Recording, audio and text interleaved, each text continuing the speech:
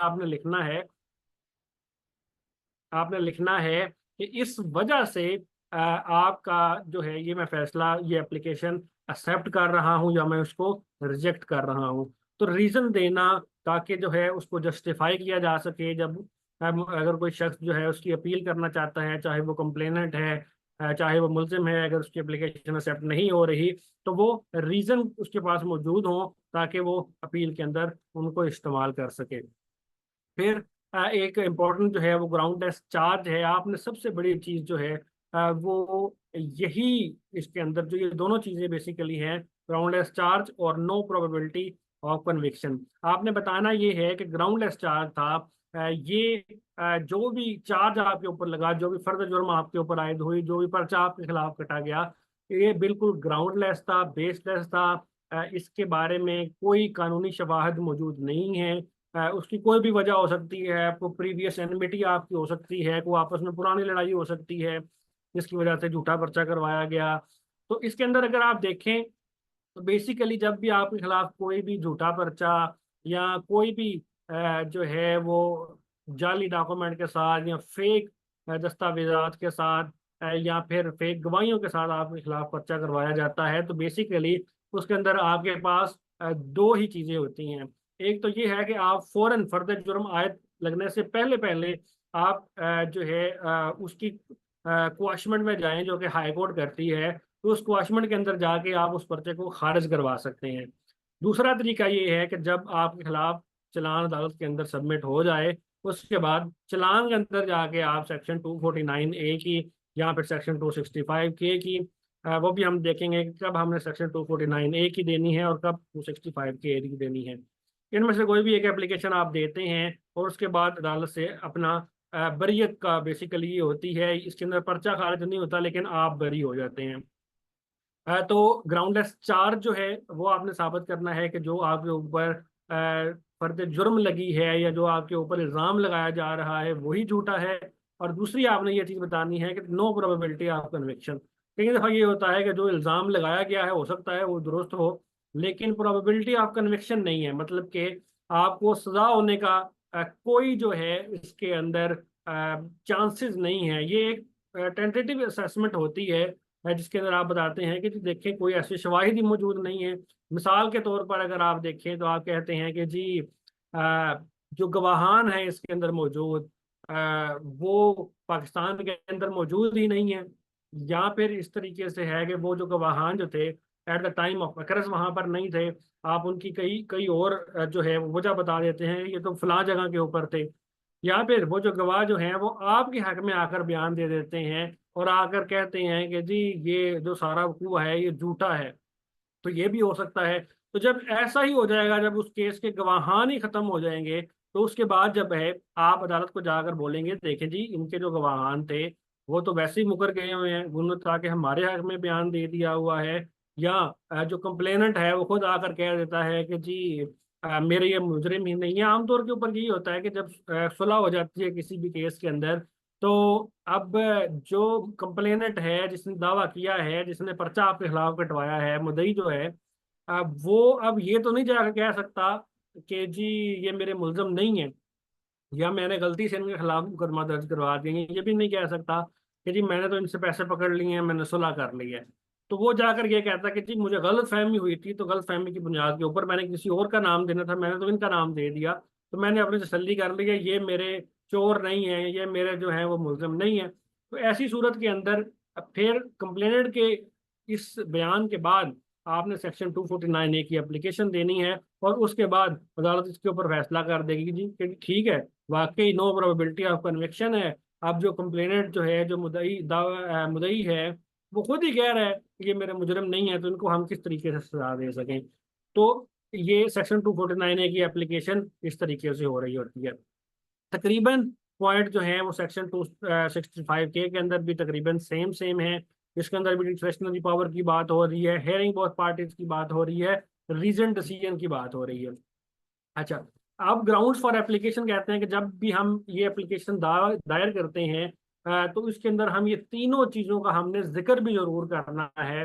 Number one, हमने ये कहना है कि जी इनसफिशिएंट एविडेंस है कि ये जो पर्चा आपके पास लगा हुआ है, हम अदालत को बेसिकली एप्लीकेशन दे रहे होते हैं, तो हम एप्लीकेशन अदालत को एड्रेस कर रहे हैं। हमने बताना है कि इनसफिशिएंट एविडेंस है। अब इनसफिशिएंट एविडेंस किस किस तरीके से हो सकता है, वो हर केस की नोयत मुख्तलिफ होगी, लेकिन आमतौर के ऊपर जब हम क्रिमिनल केस की बात करते हैं तो उसके अंदर यही प्रोबेबिलिटी ऑफ, यही इनसफिशिएंट एविडेंस होता है कि मुद्दई आपके खिलाफ जो है वो बयान नहीं दे रहा, मुद्दई आपके हक में बयान दे गया है। इसी तरीके से जो अगर कोई और गवाहान उसके अंदर मौजूद हैं तो वो भी आपके हक के अंदर बयान दे कर चले गए हैं, या पुलिस ने जो है वो आपके खिलाफ रिपोर्ट बनाई है, जो चालान बनाया है उसके अंदर आपको मुलजिम तो उन्होंने करार दे दिया है, लेकिन उसके अंदर आपका रोल कुछ इस तरीके से गड़बड़ हुआ है कि जिसके ऊपर आप जो है वो मुलजिम नहीं बन रहे उसके अंदर। मिसाल के तौर पर पुलिस वाले अक्सर ये काम करते हैं कि वो ये लिख देते हैं कि ये बंदा जो था ये सहूलतकार था। फॉर एग्जाम्पल, आपने चोरी की, आप वहां से निकले हैं, आप रास्ते में से किसी दोस्त का, किसी जानने वाले का मोबाइल फोन उठाते हैं और आप उस मोबाइल फोन से कॉल कर देते हैं। अब पुलिस डाटा रिकॉर्ड निकालती है तो उस बंदे के मोबाइल फोन वाले को पकड़ लेती है। अब वो बंदा ना तो उस चोरी के अंदर शामिल है, ना उसको इल्म है, ना जो है उसकी कोई इंटेंशन है, लेकिन वो किसी ना किसी तरीके से इस केस के अंदर इस्तेमाल हो गया है। तो ऐसे केसेस के अंदर वो शख्स सहूलतकार तो हो सकता है, वो शख्स जो है वो अकम्पलिस तो हो सकता है, लेकिन वो मुलजम नहीं हो सकता। तो कई दफ़ा जो है वो पुलिस वाले इस तरीके की चालान रिपोर्ट बनाकर दे देते हैं, तो ऐसी सूरत के अंदर भी आप उसको इनसफिशिएंट एविडेंस लिख देते हैं, जो है कि इस इनसफिशिएंट एविडेंस की बेस के ऊपर आपके खिलाफ कोई केस नहीं बन रहा, आपके खिलाफ जो है वो कोई शहादत नहीं है, कोई गवाह मौजूद नहीं है, कोई डॉक्यूमेंट्री एविडेंस मौजूद नहीं है, तो इसको आप सफिशिएंट एविडेंस के बतौर लिख सकते हैं। इसी तरीके से जब हम बात करते हैं फ्रिविलियस और मलिशियस प्रोसिक्यूशन, तो दूसरी चीज आप ये भी बता सकते हैं कि ये जो केस आपके खिलाफ हुआ है ये बेसिकली मलिशियस प्रोसिक्यूशन है। मिसाल के तौर पर कि आपका कोई पुराना लड़ाई झगड़ा चल रहा था, आपके कोई पुराने केसेस चल रहे थे, तो शख्स ने महज तंग करने के लिए, हरासा करने के लिए आपके खिलाफ एक और जो है वो एफआईआर झूठी बनाकर दे दी, लेकिन उसका कोई सबूत नहीं है। मिसाल के तौर पर वो कह रहा था कि जिसने मुझे टेलीफोन के ऊपर कॉल करके धमकियां दी हैं जी कि आप, मैं ये कर दूंगा, मैं वो कर दूंगा, मैं तुम्हें जान से मार दूंगा। तो ऐसे केसेस के अंदर भी मलिशियस प्रोसिक्यूशन बहुत ज़्यादा इन्वॉल्व होती है कि ऑलरेडी आपस में आपके मसाइल इतने चल रहे होते हैं, तो एक झूठा पर्चा आपके खिलाफ करवा दिया जाता है। लेकिन जब कोर्ट के अंदर आता है तो ना तो उस धमकियां देने की जो है वो रिकॉर्डिंग मौजूद है, ना तो उसके हवाले से कोई भी सबूत मौजूद है। तो ऐसी केस के अंदर आप मलिशियस प्रोसिक्यूशन को भी एक ग्राउंड बना सकते हैं कि जिस तरह मुझे हरासा करने की कोशिश की जा रही है, वरना इस केस के अंदर कोई जान नहीं है। तीसरी बात जो है वो failure to prove essential elements है। तो ये भी एक बड़ा अच्छा जो है वो ग्राउंड बन सकता है। मिसाल के तौर पर जब हम बात करते हैं कि असेंशियल एलिमेंट्स हैं क्या क्या, वो आप समझ लें कि सबसे पहले जब भी कोई ऑफेंस होना ज़रूरी है तो ऑफेंस के कुछ बेसिक एलिमेंट्स हैं जो पूरा होना ज़रूरी हैं। मिसाल के तौर पर उसके अंदर आपकी एक इंटेंशन होनी चाहिए कि आप इस शख्स को हार्म करना चाहते थे, इसको नुकसान पहुंचाना चाहते थे। फिर दूसरी चीज जो है वो एक द एक्ट इटसेल्फ है कि आपने कोई ऐसा एक्ट किया हो जो कि इलीगल करार भी देता हो। यानी कि पीपीसी के अंदर कोई ना कोई ऐसा सेक्शन मौजूद हो जो डिफाइन करता हो कि जो एक्ट आपने किया है वो, उसके खिलाफ जो है कोई ना कोई कार्रवाई हो सकती है। मिसाल के तौर पर एक शख्स ने दूसरे शख्स को गाली दी है, तो बेसिकली अब गाली के ऊपर कोई लॉ तो मौजूद नहीं है कि इस शख्स ने मुझे गाली दिया तो उसके खिलाफ पर्चा काटा जाए, कोई ऑफेंस तो नहीं है।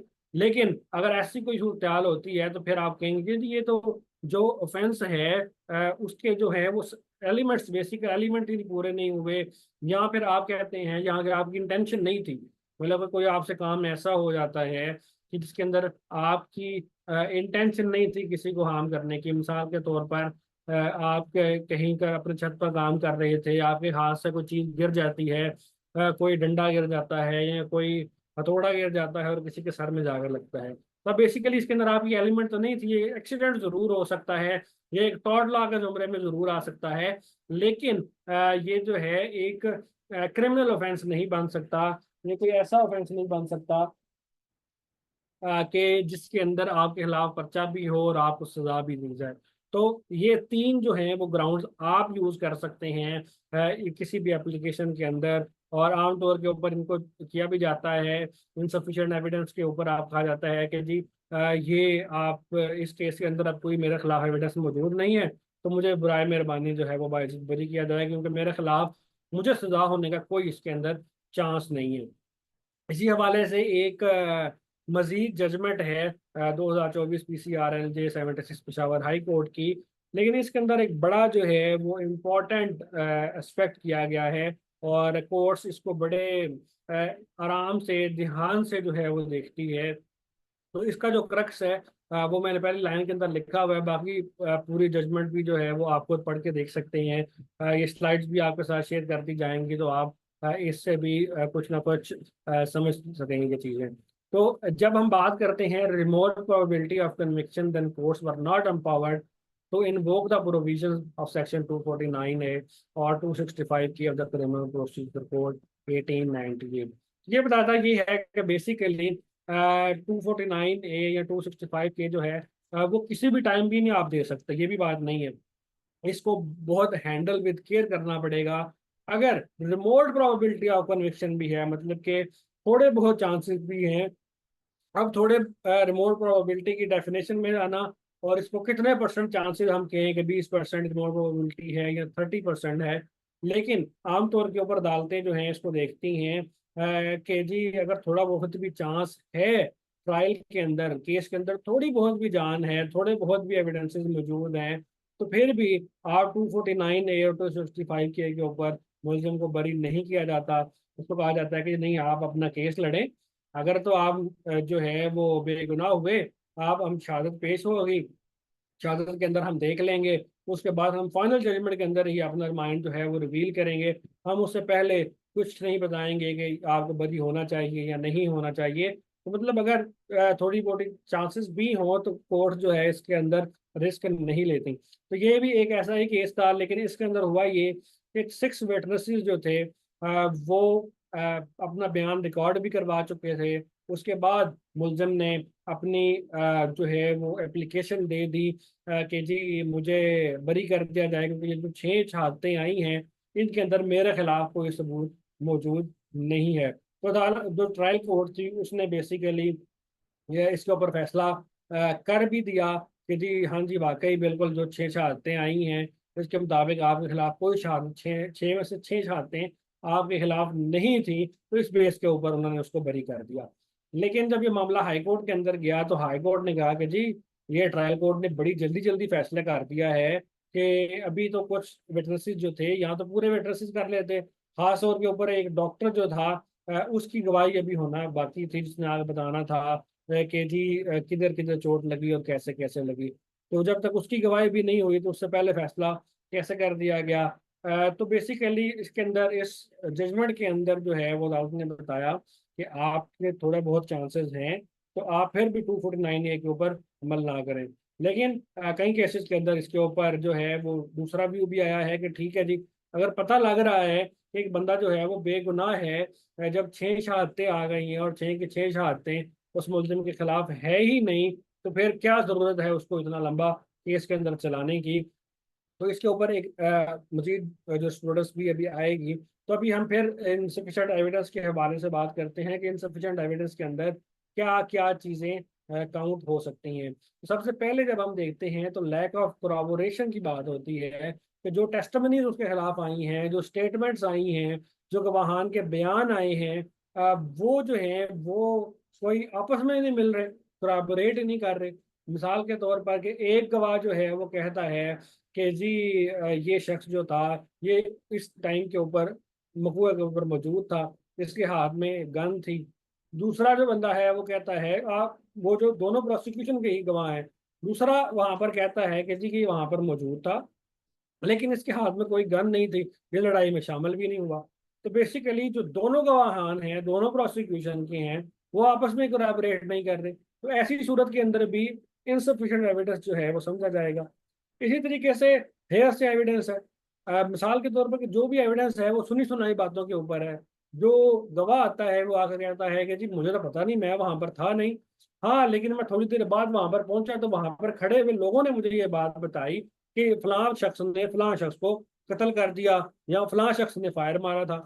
तो ये एक सुनी सुनाई बात है। तो जब आपके खुद ही प्रोसिक्यूशन के गवाह खुद आकर ऐसी बात को कर देते हैं कि जी हमने तो ये सुना था, हम वहीं पर मौजूद थे, लेकिन थोड़ी देर बाद हम आए हैं तो हमें तो फलाने बंदे ने वहां पर हमें लोगों ने बताया कि जी इस तरह यहाँ पर वाकया हुआ है। और कई दफा होता है, कई दफा जो है जो गवाहान होते हैं उनको पता ही नहीं होता कि अदालत के अंदर जा क्या क्या गवाही देनी है। तो हेयर से एविडेंस जो है वो इंतहाई नामुनासिब एविडेंस है, तो इसको भी इंसफिशिएंट एविडेंस करार दिया जाएगा। इसी तरीके से इनकंसिस्टेंट टेस्टिमनीज हैं कि विटनेस, एक विटनेस और बात कर रहा है, दूसरा विटनेस और बात कर रहा है। लैक ऑफ डायरेक्ट एविडेंस है, जिस तरह के मैंने बताया कि कोई भी डायरेक्ट एविडेंस मौजूद ही नहीं है, ना कोई मेडिकल रिपोर्ट है, ना कोई हथियार मौजूद है, ना कोई वहां पर गन के कोई फायर होल वगैरह मिले हैं, ना कोई मिट्टी खून आलूद है, तो कोई डायरेक्ट एविडेंस तो है ही नहीं। तो ऐसी सूरत के अंदर भी इनसफिशिएंट एविडेंस को करार दिया जा सकता है, और इनसफिशिएंट एविडेंस की बेस के ऊपर आप जो है वो सारी एप्लीकेशन अपनी बेस कर रहे होते हैं। इस तरीके से अनरिलायबल विटनेसेस है, जिस तरह के witnesses with motives to lie, biases और कंप्रोमाइज क्रेडिबिलिटी है। इनके ऐसे विटनेसेस हैं जिनका कोई अपना जाती मफाद रिलेटेड है इस केस के साथ। फॉर एग्जांपल वो कोई फैमिली मेंबर हो सकता है, फॉर एग्जांपल वो बिजनेस पार्टनर हो सकता है, फॉर एग्जांपल कोई सर्वेंट और मास्टर का रिलेशनशिप हो सकता है। तो ऐसी सूरत के अंदर जो है वो एविडेंस जो है वो इटसेल्फ अनरिलायबल करार दिया जाएगा, इनसफिशिएंट करार दिया जाएगा, कि जिसके मुताबिक आपको सजा नहीं हो सकती। इसी तरीके से वीक सर्कमस्टेंशियल एविडेंस है। सर्कमस्टेंशियल एविडेंस के बारे में हम सब लोग जानते हैं कि जो वहाँ पर सर्कमस्टेंसेस को देखा जाता है, एनवायरनमेंट को देखा जाता है, जिस तरह के मिट्टी खून आलूद है, वहाँ पर मैप बनता है, वहाँ पर इसी तरीके से मुख्तलिफ जो है वो फोरेंसिक रिपोर्ट तैयार होती हैं। तो ऐसी कोई सर्कमस्टेंशियल एविडेंस जो है वो मैच ही नहीं कर रहा प्रोसिक्यूशन की स्टोरी के साथ। फॉर एग्जांपल के एफआईआर के अंदर लिखा हुआ है कि जी 10 फायर हुए हैं और वहां से एक होल भी नहीं मिल रहा। इसी तरीके से वहां पर जो है वो नक्शा ही मुख्तलिफ नजर आ रहा है। जिस तरीके मौका के ऊपर जगह और लिखी हुई है, जो नक्शा मौका बना है जो पुलिस ने बनाया है उसके मुताबिक जो है वो जगह ही मुख्तलिफ है। तो ये एक वीक सर्कमस्टेंशियल एविडेंस है। ऐसी सूरत के अंदर भी आप सेक्शन 249A का इस्तेमाल करते हैं, क्योंकि ये भी इनसफिशिएंट एविडेंस करार दिया जा सकता है। तो जो सबसे जो है वो मजबूत एलिबाई एविडेंस है, जब आपके पास एलिबाई एविडेंस हो, आप ये साबित कर सकेंगे जी मैं तो जब ये फायरिंग हुई मैं तो यहाँ पर मौजूद ही नहीं था, इस मौका पर मैं तो कहीं और पर मौजूद था।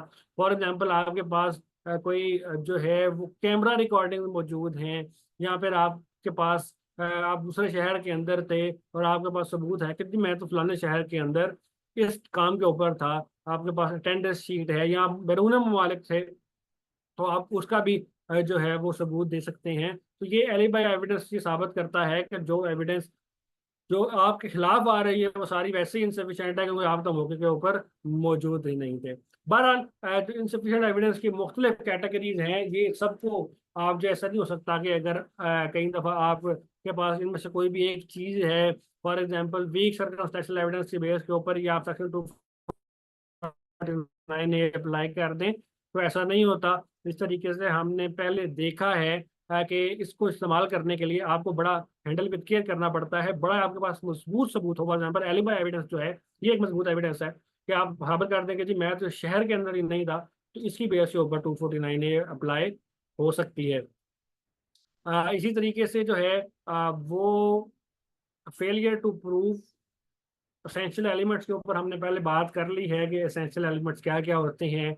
एक गिल्टी माइंड होता है और गिल्टी एक्ट होता है, और इन दोनों का आपस में कंकरस होना भी जरूरी है। कि आप, एक तो आपकी सोच ये थी कि मैंने इस बंदे को नुकसान पहुंचाना है, आपकी इंटेंशन ही यही थी, और दूसरा जो आपने एक्ट किया है वो इटसेल्फ जो है वो गिल्टी है, वो अनलॉफुल है। तो इन दोनों का आपस में मिलना भी जरूरी है। तीसरी चीज जो है वो जो रिस्ट्रिक्शन है, तो इस कोर्ट के अंदर आपके खिलाफ केस फाइल किया भी जा रहा है। फॉर एग्जांपल कोई आपके खिलाफ एफआईआर पर्चा दर्ज हो रहा है जी लाहौर के अंदर, और जो स्टोरी सारी बताई जा रही है वो फैसलाबाद शहर की बताई जा रही है।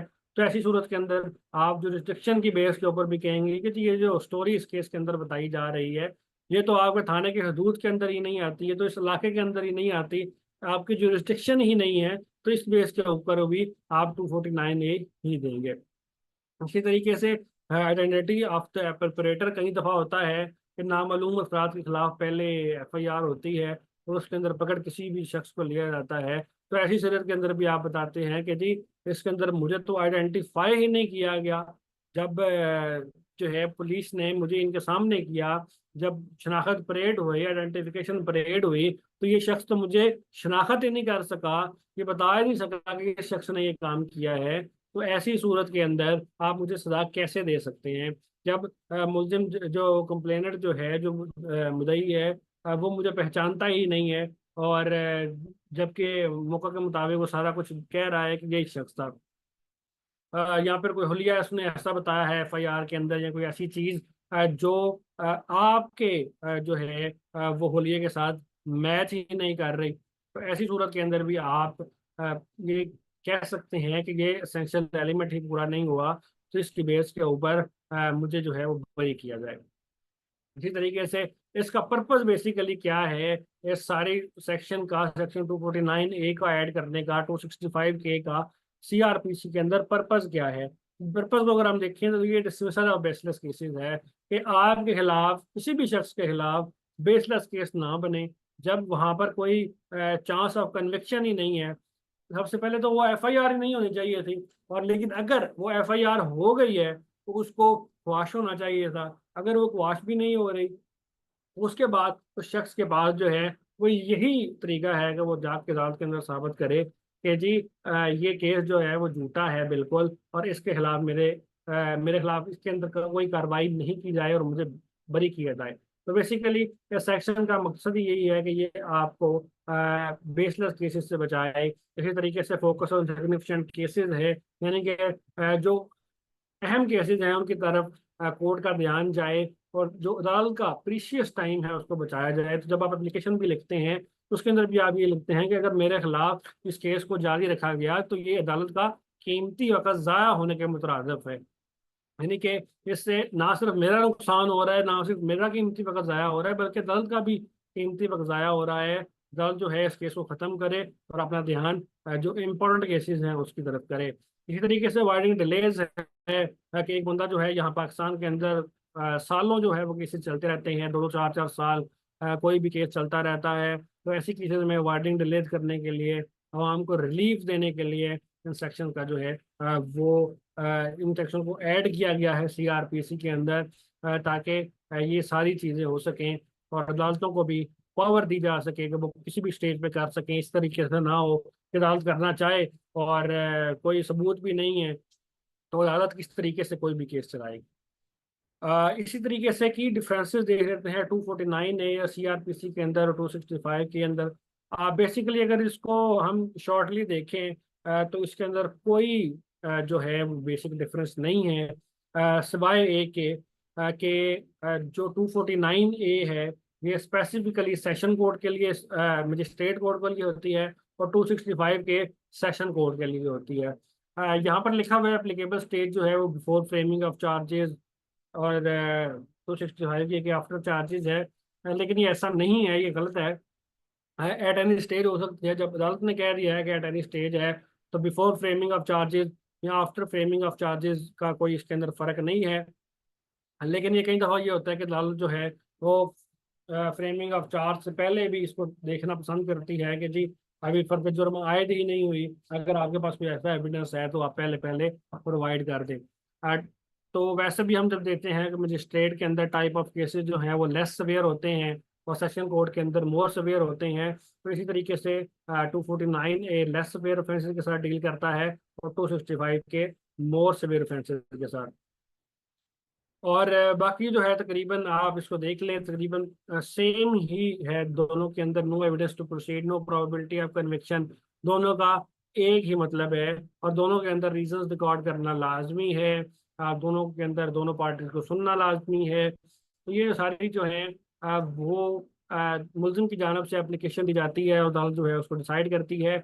आमतौर के ऊपर जजेस जो है वो खुद किसी को बरी करने से रुकते हैं, अपने आप को बाज रखते हैं, वो मुलजिम के वकील को कह देते हैं कि जी आप एप्लीकेशन दे दें, मैं उसको बरी कर दूंगा, लेकिन एप्लीकेशन आपको देनी पड़ती है। तो इसी तरीके से ये भी एक केस था गुलाम मुर्तज़ा, जिसके अंदर जो है 2015 से सुप्रीम कोर्ट है, 2019 से 2017 सुप्रीम कोर्ट 158 है। इसके अंदर भी सेक्शन 249A की एप्लीकेशन देकर इनसफिशिएंट एविडेंस के ऊपर जो है वो मुल्जमान को बरी कर दिया गया।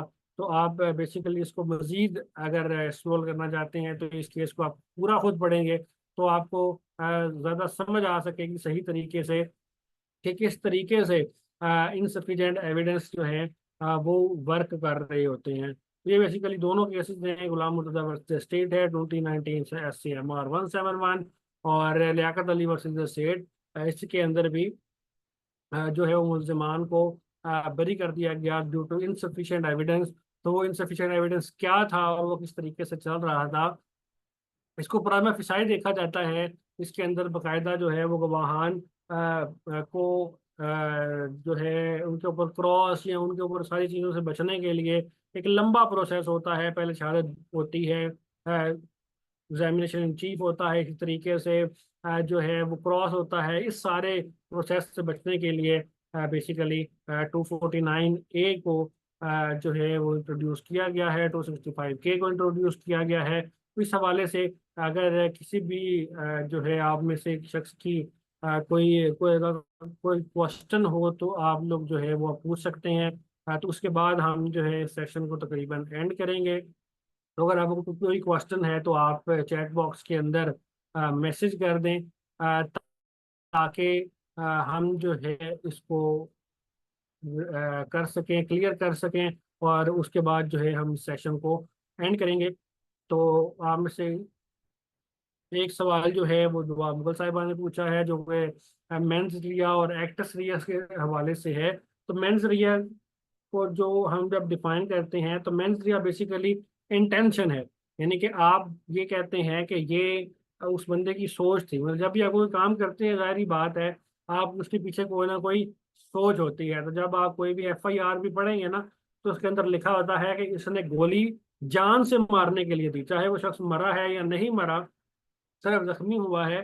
तो लेकिन जब लिखा ये जाता है इस शख्स ने फलां पिस्टल पकड़ी हुई थी और इसने मेरे भाई को या मेरे दोस्त को फायर जान से मारने की नीयत से जो है वो फायर किया, तो इसके अंदर बेसिकली आपकी नीयत को डिफाइन किया जाता है।